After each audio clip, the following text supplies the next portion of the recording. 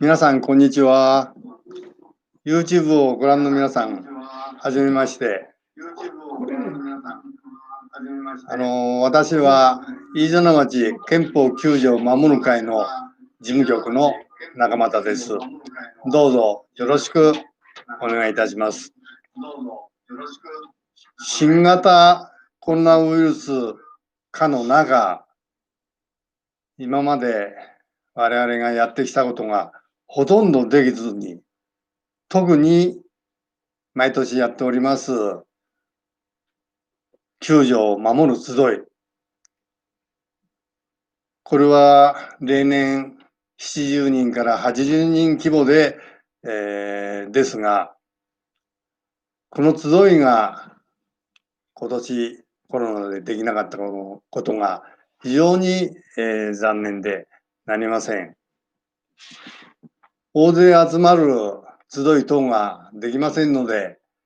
私ども飯綱町憲法9条を守る会では、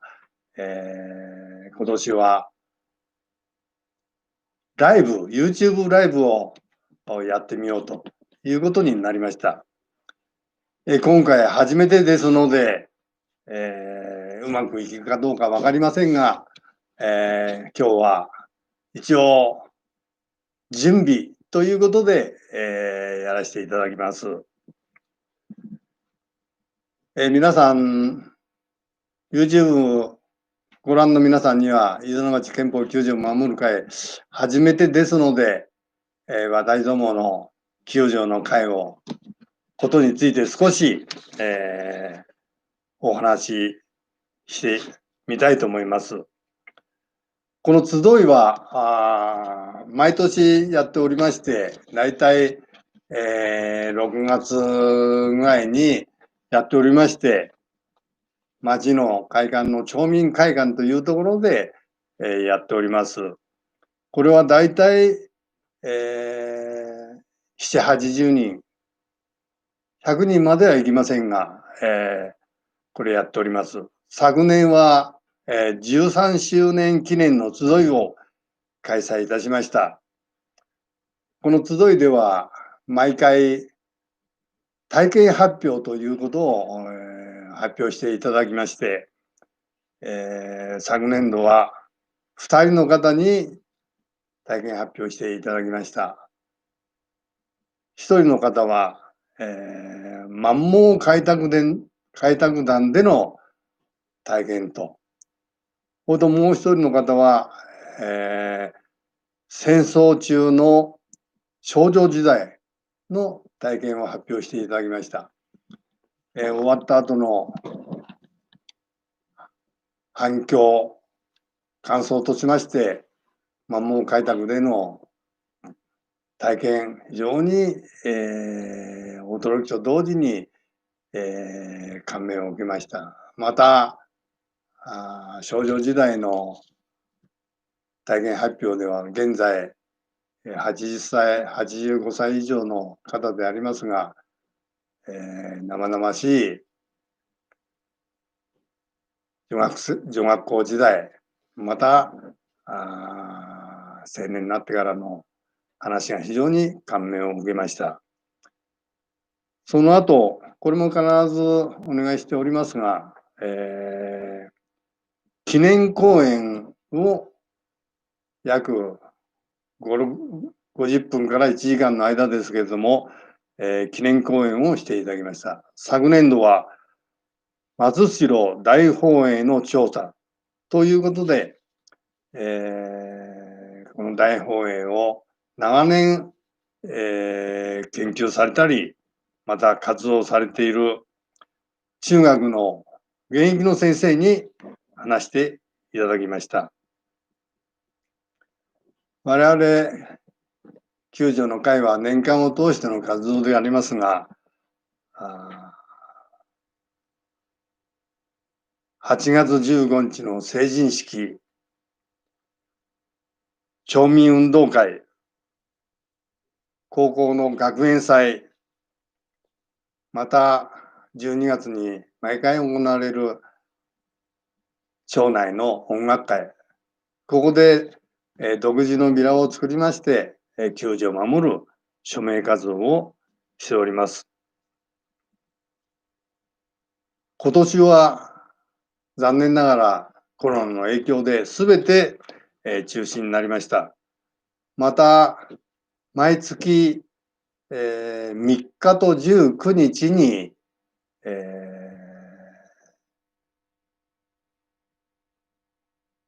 結構人がや車が通る県道で憲法9条を守るスタンディングアピールをしております。最近も、19日にやりましたけど、いよいよ新州、特に北進の方は、寒さが厳しくなってきましたが、元気よく我々がやっております。また、車の中から手を振っていただく方、また、クラクションを鳴らして激励をしてくれる方が、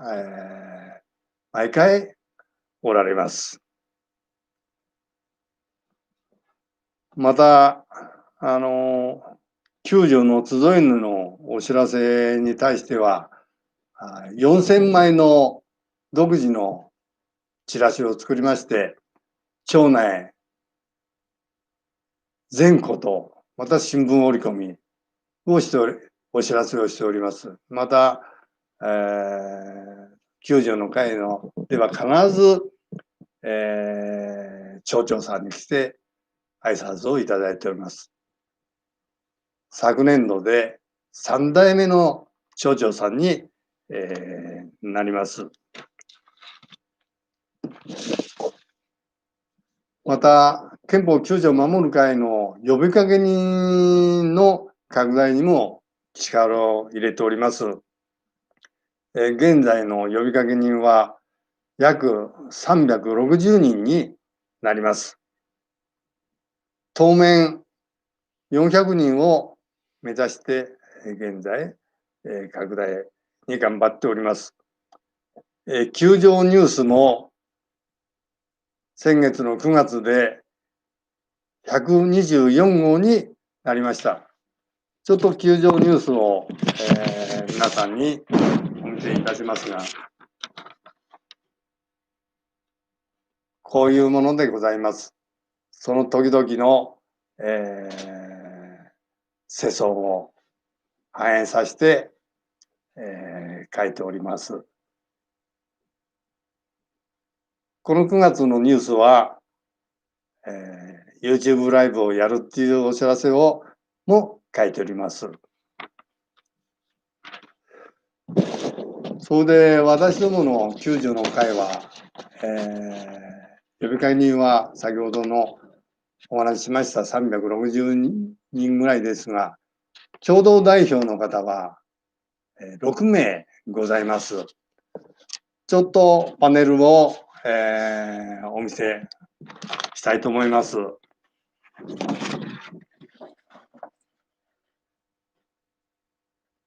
この6名の方で、ございます。それぞれ、町内では、著名な方ばかりでありまして、町の病院の院長さん、またお寺の住職さん、それと今日もお話しいただきますけれども、司法書士の方、また地域の農民連の代表の方、それと中学の現役の先生、それと元遺族会の会長さんの方、いずれも人望が厚く、著名な方ばかりでございます。非常に私どもありがたく思っております。今回、この YouTube は初めてですが、この後に共同代表の一人でもあります、司法書士の丸山俊樹さんに、お話をいただきます。それでは丸山俊樹さん、よろしくお願いします。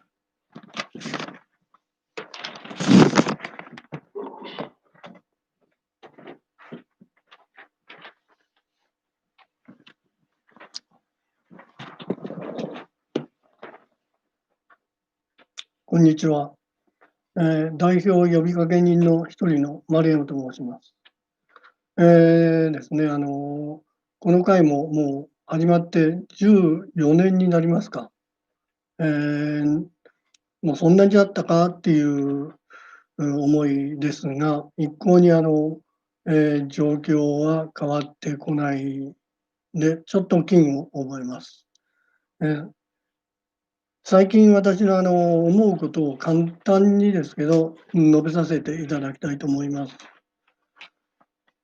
ここ数年の日本政府の動きを見ていて、非常に危機感を覚えます。憲法の解釈を勝手に変えることによって、集団的自衛権の行使を可能にし、最近は敵基地攻撃能力を持とうとするような危険な考えが唱えられ、時代が戦前に戻ったかのような思いさえします。庶民がコロナに翻弄されている間に、政府は学術会議の任命拒否問題のように、自分たちに異を唱える者を排除し、着々と日本を戦争のできる国に近づけているように見えます。日本国民は第二次世界大戦で悲惨な体験をし、心の底からもう二度と戦争は起こすまいと誓ったはずです。9条の会では、毎年集会を開いて、戦争を体験した方から、今の平和な生活からは想像がつかないほどの戦争の悲惨な実態を聞かされてきました。二度と戦争は起こしてはいけません。戦争は国民からすべての日常を奪うものです。国民の中には戦争を望む者はほとんどいないと思います。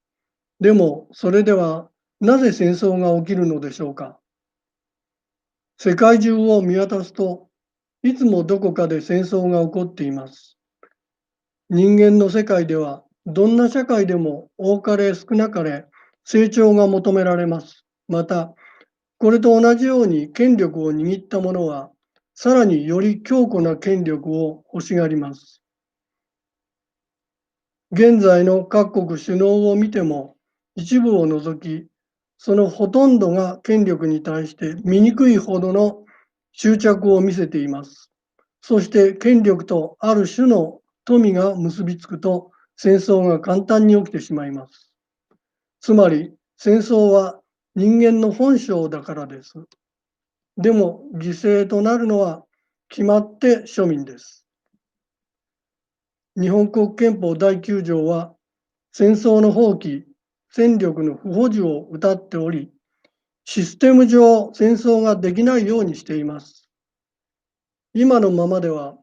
先に成立した安保関連法は憲法違反になります。これでは政府自民党は非常に都合が悪いわけです。そこで憲法に自衛隊を明記しても今までと変わらないと言っていますが、それは嘘です。扱いが変わらないなら、なぜ自衛隊明記にこだわるのでしょうか。それは明記することによって自衛隊は憲法が認めたものとなり、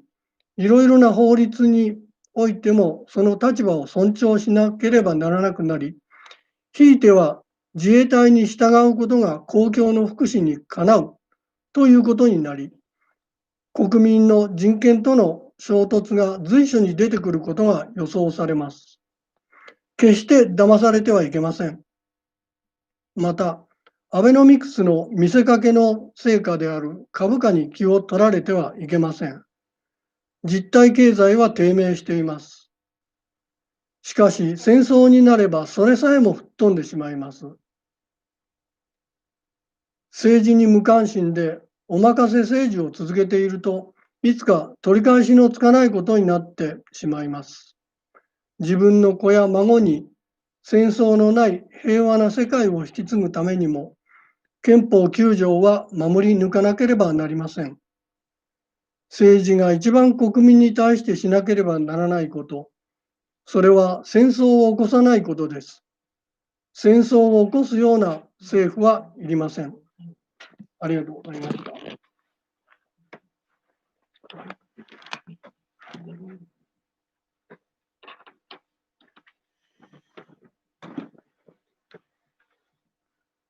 丸山さん、ありがとうございました。今日は初めての、準備ということで、最後の閉会の挨拶を事務局の看護師さんにお願いします。よろしくお願いします。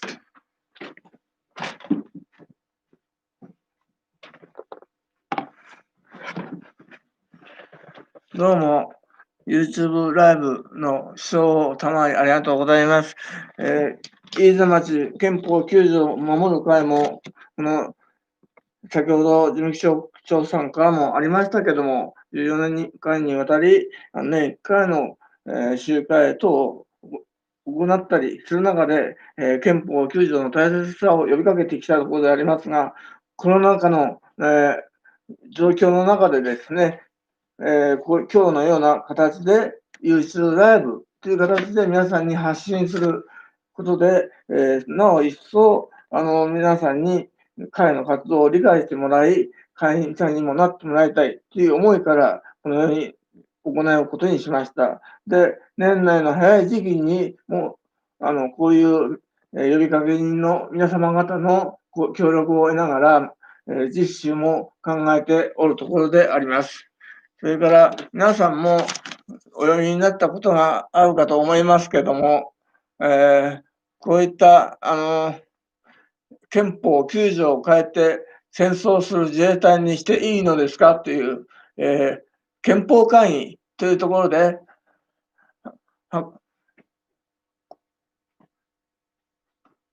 憲法会議で出された、パンフレットがあります。先ほど丸山俊樹さんからお話いただいた内容がこの中に、書かれておりますけれども、こういった、パンフレットにも普及をしております。ぜひご協力をお願いします。ということを申し上げまして、今日のライブを締めさせていただきたいと思います。ありがとうございました。